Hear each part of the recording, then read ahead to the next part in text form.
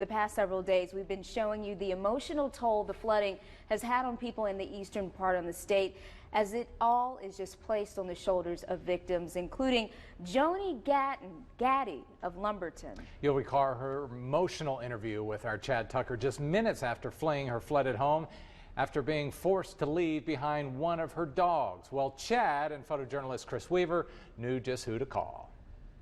Earlier this week, you remember our emotional interview with Joni Gaddy after being rescued from her flooded home by her son. She had to leave her dog Caroline behind.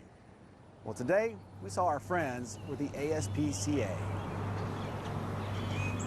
The heartbreak of leaving behind the things we love. Bless your heart. That's what Joni Gaddy had to do Tuesday when her son rescued her from her flooded home. The water's up to your neck coming out of the house. She was only able to grab her Shih Tzu, Jasmine, leaving her golden retriever, Caroline, behind.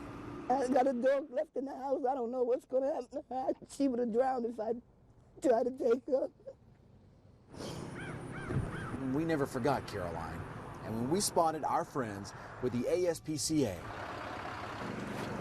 they were happy to help go after her. This was probably the toughest so far. I mean, there was a tree down in the middle that took the power lines out, so we had to stay away from that. That put us way back into the woods.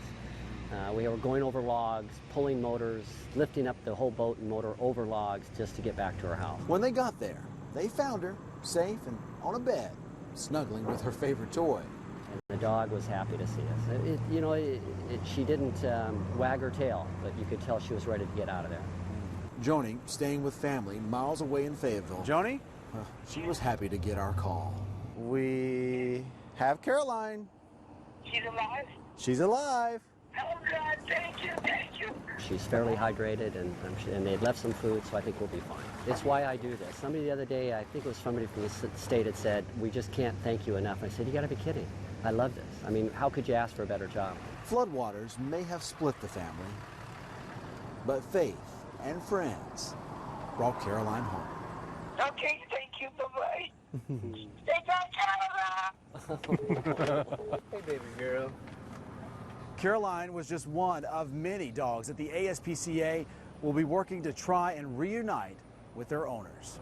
In Lumberton, Chad Tucker, Fox 8 News.